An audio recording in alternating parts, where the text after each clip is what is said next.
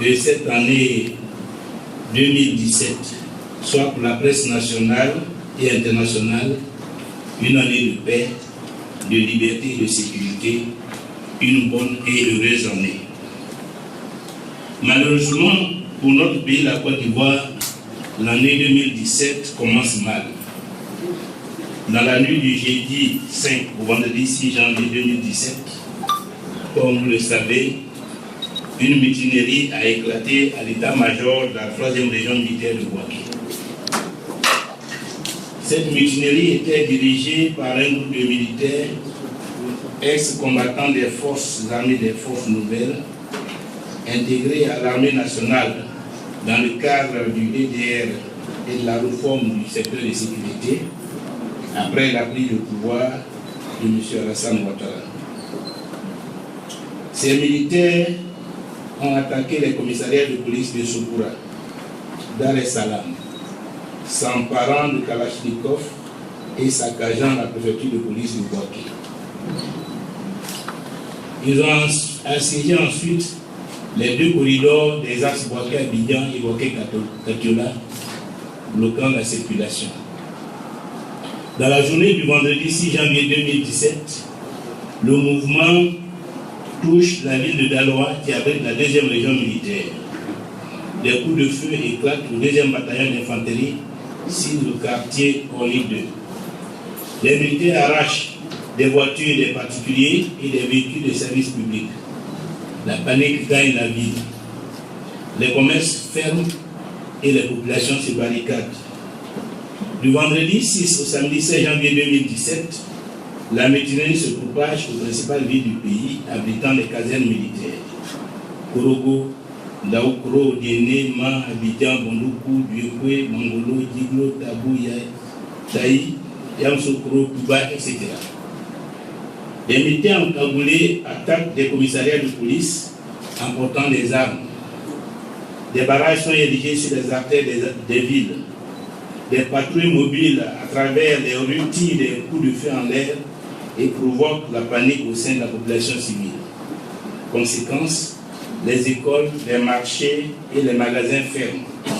La circulation est bloquée et la population se terre chez elle. À Abidjan, les bulletins occupent l'état-major et le ministère de la Défense. Le samedi 16 janvier 2017, le ministre de la Défense et le colonel Ouattara Issaka Diwatao sont envoyés en mission à Bouaké pour y désamorcer la mutinerie. Dans un premier temps, les émissaires du gouvernement refusent d'accéder aux revendications des militaires. Ils sont violemment malmenés et séquestrés. Ils ne seront libérés que tard dans la nuit, après que le chef de l'État lui-même aura confirmé l'accord du gouvernement de satisfaire toutes les revendications. Ces revendications portent sur le paiement de primes dites primes ECOMOG d'un montant de 5 millions de francs CFA pour chaque militaire, les augmentations des salaires, une villa pour chacun des militaires, l'obtention de grade et la réduction du nombre d'années pour passer d'un grade au grade supérieur, l'amélioration des conditions de vie des militaires par la construction de nouvelles casernes. Le mardi 10 janvier 2017, le ministre de la Défense porte l'information à la connaissance de tous les militaires au cours d'une rencontre à Aguido. Le mercredi 11 janvier 2017, comme réponse administrative à cette situation humiliante pour le gouvernement, un nouveau chef d'état-major, un nouveau commandant supérieur de la gendarmerie et un nouveau directeur général de la police nationale sont nommés. Le vendredi 13 janvier 2017, le ministre de la Défense est à nouveau envoyé en mission à Bouaké en compagnie du nouveau SEMA. Ils sont porteurs d'une proposition du chef de l'État de payer 2 millions de francs CFA à chaque mutin en 2 temps. La question des maisons serait examinée ultérieurement. Les mutins entrent dans une colère noire. Ils l'expriment par des tirs nourris à l'intérieur de la résidence du préfet. Les journalistes présents sont sommés de quitter les lieux. La délégation ministérielle est une nouvelle fois séquestrée et malmenée. Après de longues négociations, les deux parties s'accordent sur la somme de 12 millions de francs CFA à payer à chaque mutin, correspondant à 10 millions pour la villa et 2 millions pour les dons en espèces, en tout cas les revendications en espèces. Rendez-vous est pris pour l'exécution de l'accord le lundi 16 janvier 2017. L'opinion nationale et internationale qui avait suivi les péripéties de cette affaire avec beaucoup d'attention et d'appréhension est à la fois rassurée et éclairée par la posture humiliante adoptée par le gouvernement. Elle était curieuse de savoir si cet engagement serait respecté ou pas. Le lundi 16 janvier 2017, aux environs de 17 h, les médias internationaux confirment que le paiement est effectif. Des virements bancaires ont été effectués au profit des mutuelles. Comme il fallait s'y attendre, la décision de satisfaire les revendications des ex-combattants des forces nouvelles déclenche la réaction des autres entités de l'armée, notamment des ex-forces de défense et de sécurité. Ceux-ci refusent l'attitude discriminatoire du gouvernement et demandent un traitement équitable de tous les militaires. Dans la nuit du lundi au mardi, le camp commando d'Abobo annonce les couleurs par des tirs nourris. Toute la journée du mardi, la réaction s'étend aux autres villes du pays. Boaké, Yamsokro, Mandaloa, Boafré, Dingokro, Bongouanou, Bato, Azadie, Danane, Bangolo.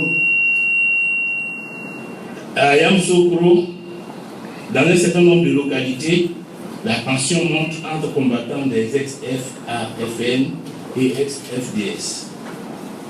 Au total, on dénombre 4 morts selon le gouvernement, dont 2 militaires de l'EFA des Ambakro dans un accrochage avec la garde républicaine. Les Ivoiriens retiennent à l'heure actuelle leur souffle. Pendant que le gouvernement se débattait pour trouver une issue aux revendications des militaires, ce sont les fonctionnaires ivoiriens réunis au sein de l'intersyndicat des fonctionnaires de Côte d'Ivoire, IFC, qui déclenche un mouvement de grève de 5 jours du lundi 9 au vendredi 13 janvier 2017. Le mercredi 7 décembre 2016, un préavis d'arrêt de travail avait été adressé au gouvernement à la suite de l'échec des négociations qui avaient suivi la grève dite d'avertissement de 3 jours de novembre 2016. Rappelons que le 5 mai 2016, j'ai animé ici même une conférence de presse sur la situation sociopolitique nationale pour évoquer avec vous la grogne et les tensions sociales qui avaient atteint des niveaux alarmants dans de nombreux domaines. Enseignement supérieur, éducation nationale, défense et sécurité, cherté de la vie, santé publique, fonction publique, cohésion sociale, etc. Et pour analyser avec vous les réponses que le chef de l'État avait apportées au cahier de revendication des centrales syndicales le 1er mai 2016. 9 mois après, force est de constater qu'aucune solution n'a été apportée aux nombreuses revendications qui avaient été portées à l'époque à sa connaissance, à savoir la question des revenus, le pouvoir d'achat des travailleurs, la sécurité des personnes et des biens, les libertés syndicales, de nombreuses revendications liées au code du travail à la question du nouveau statut général de la fonction publique, la valorisation du genre, le traitement du secteur informel, la question du dialogue politique et de la réconciliation nationale. À l'occasion du présent mouvement de grève, les revendications de 62 syndicats membres de l'IFC ont porté sur 4 points. Le retrait des dispositions antisociales de l'ordonnance de 2012 portant organisation des régimes de pension gérés par la Caisse générale des retraites et des agents de l'État. Le paiement effectif et immédiat du stock des arriérés de salaire des fonctionnaires dû au titre du déblocage de la révalorisation des salaires de 2009 d'un montant de 243 millions. L'intégration à 243 milliards. Autant pour moi. L'intégration à la fonction publique des agents journaliers du secteur public de la santé, garçons et filles de salle. L'arrêt des violations des libertés syndicales. À ces revendications s'ajoutent celles spécifiques du MIDD et de la FESI. Le MIDD demande la revalorisation de la prime annuelle de direction. Son association réflexion sur les questions liées au programme de l'école gratuite et obligatoire. La disparition de la catégorie des instituteurs et l'instauration d'une catégorie unique des instituteurs. La réinstauration des précomptes pour faciliter le projet immobilier des instituteurs.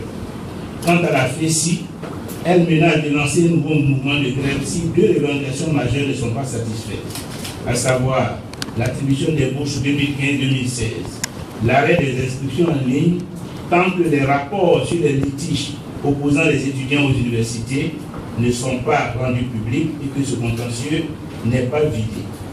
D'autres revendications ont été évoquées par le secrétaire général Afessi au cours de son point de presse du 5 janvier 2017, notamment la programmation des soutenances du brevet de technicien supérieur, la fin des frais de soutenance, l'équipement des laboratoires des universités de Daloa, d'Adiamé et de Korowe et de Boaké, l'arrêt du paiement de la somme de 5 000 francs par étudiant concerné par la deuxième phase de l'orientation des nouveaux bacheliers, l'ouverture de la résidence Mermoz-Cocody, l'homologation des frais d'inscription dans les grandes écoles, la couverture Wi-Fi des universités nationales en vue de la mise en œuvre du projet d'université virtuelle. Le mouvement de grève de l'IFC a été largement suivi, entre 80 et 90%. On note même 100% dans le secteur éducation-formation. Durant la semaine, les services entiers sont restés fermés et les activités administratives ont été paralysées. L'impact sur l'économie nationale est indéniable. À la forte mobilisation des syndicats et à l'adhésion de la quasi-totalité des fonctionnaires au mot d'ordre de grève, le gouvernement a répondu par des actes d'intimidation et de répression. L'IFC a donc décidé de reconduire purement et simplement son mot d'ordre pour 5 autres jours à compter du lundi 16 janvier 2017 sans service minimum. De grandes perturbations ont été enregistrées ce lundi. La grève a entraîné des violences à Abidjan et dans plusieurs localités du pays. Des étudiants, des élèves ont même été blessés par balle. Ces perturbations ont été causées par des élèves réclamant le retour en classe de leurs enseignants pendant que d'autres étaient délogés des établissements scolaires partout dans le pays. Malgré l'intervention musclée des éléments de l'ONUCI, élèves, enseignants et personnels administratifs du collège Jean Mermoz ont été délogés sans ménagement. Sous la pression d'une horde d'élèves, la tour de la cité administrative abritant le ministère de l'Éducation nationale a été fermée. Le mardi 17 janvier 2017, tous les services d'administration étaient déserts.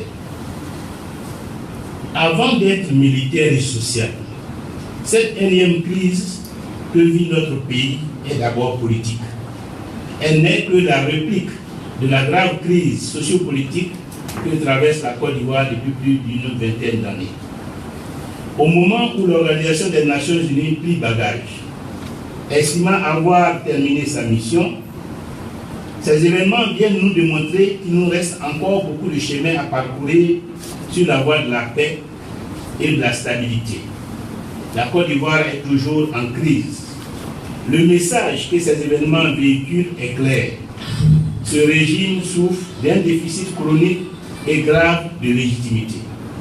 D'où les actes de défiance, à travers les grèves incessantes accompagnées d'actes de violence, les attaques contre les symboles de l'État, la désaffection des populations vis-à-vis de la vie politique et des processus électoraux, l'impuissance du pouvoir à apporter une réponse politique, éthique et républicaine aux revendications présentées par les uns et les autres.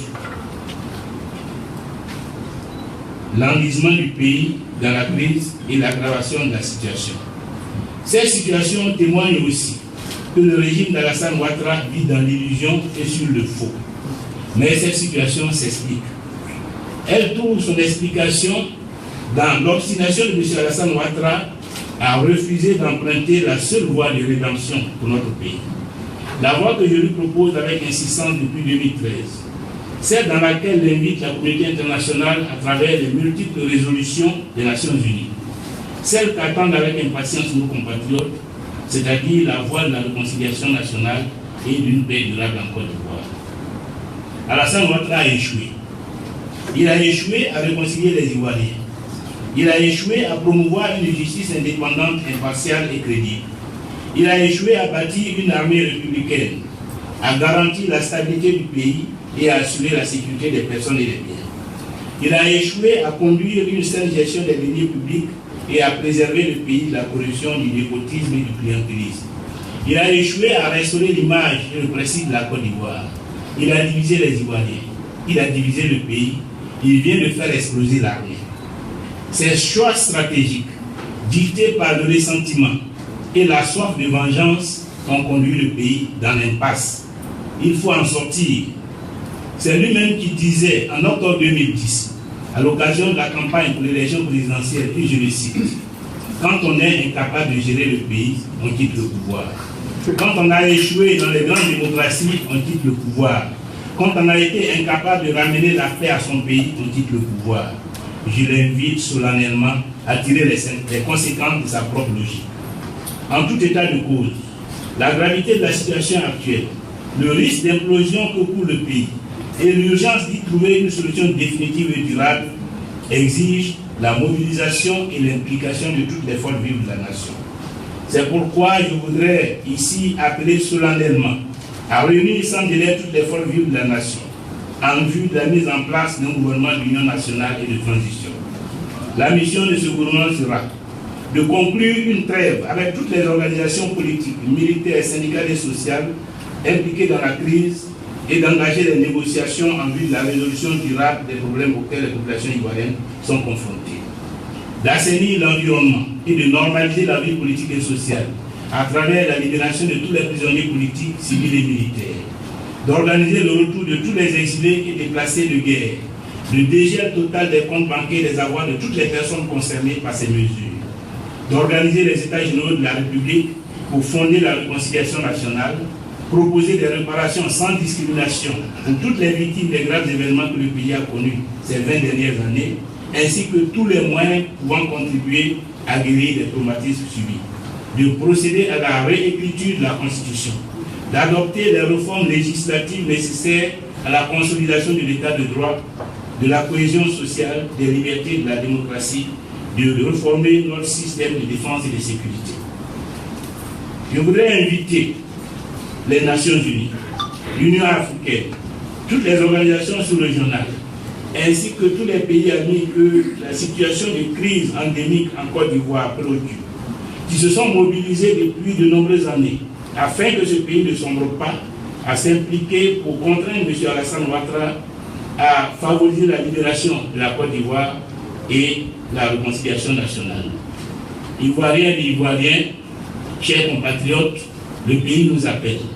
Le destin de notre pays est en jeu. Levons-nous et mobilisons-nous pour les futures batailles auxquelles la paix, l'unité, la stabilité et la prospérité de notre pays nous invitent. Je vous remercie.